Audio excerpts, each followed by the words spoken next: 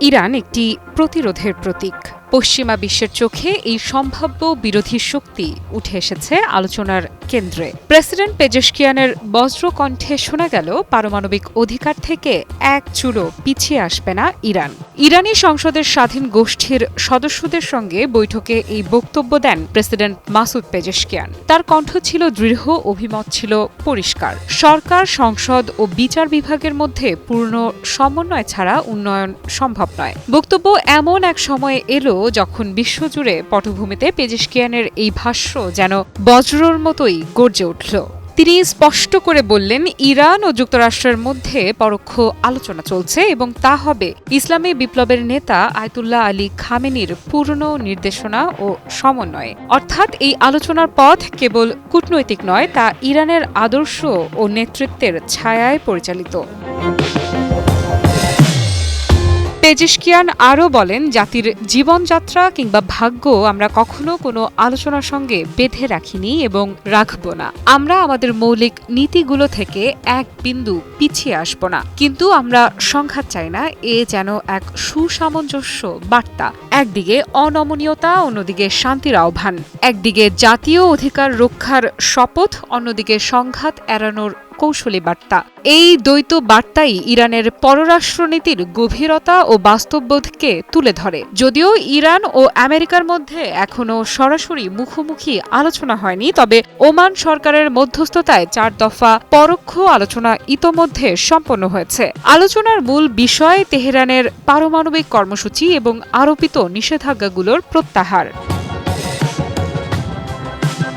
Iran বলে আসছে, তাদের পারমাণবিক কর্মসূচি শান্তিপূর্ণ, বৈজ্ঞানিক ও চিকিৎসা খাতে ব্যবহারের জন্য। কিন্তু পশ্চিমা দেশগুলোর দাবি, এই কর্মসূচির অন্তরালে লুকিয়ে আছে অস্ত্র নির্মাণের সম্ভাবনা। আর এই সন্দেহ থেকেই বারবার নিষেধাজ্ঞার হুমকি, চাপ, এমনকি সাইবার আক্রমণ পর্যন্ত চালানো হয়েছে। কিন্তু এখন নতুন নেতৃত্বে পেজেশকিয়ান যেন এক নতুন বার্তা দিচ্ছেন।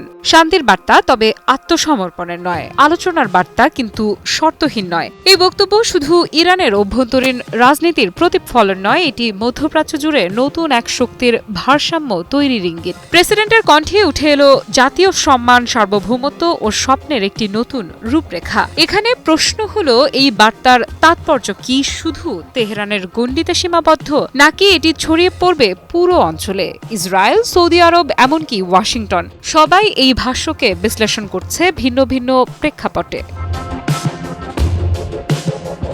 মোনালিসা হেভি ফ্লো 15 পিস প্যাকেটের সাথে 8 পিসের একটি প্যাকেট একদম ফ্রি।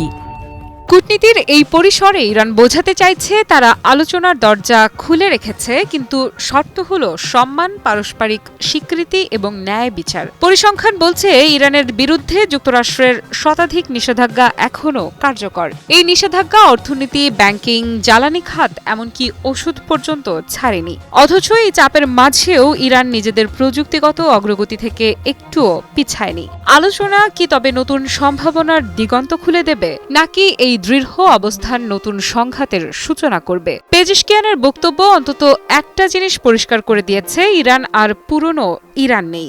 এখন তাদের হাতে প্রযুক্তি আছে, নেতৃত্বে আছে এক প্রবল আত্মবিশ্বাস এবং কূটনীতিতে আছে এক নতুন কৌশল। তারা আলোচনায় বিশ্বাস করে, কিন্তু আত্মসমর্পণে নয়। তারা শান্তি চায়, কিন্তু তাতে নিজের অধিকার বিসর্জন দিয়ে নয়। এই হলো আজকের ইরান, যেখানে প্রতিরোধ মানেই যুদ্ধ নয়, বরং ন্যায়সঙ্গত অবস্থান রক্ষা। যেখানে কূটনীতি মানে আত্মসম্মান হারিয়ে আপোষ নয়, বরং সমতার ভিত্তিতে সমাধান খোঁজা। আফরিদা ইফরাত, নিউজ 24।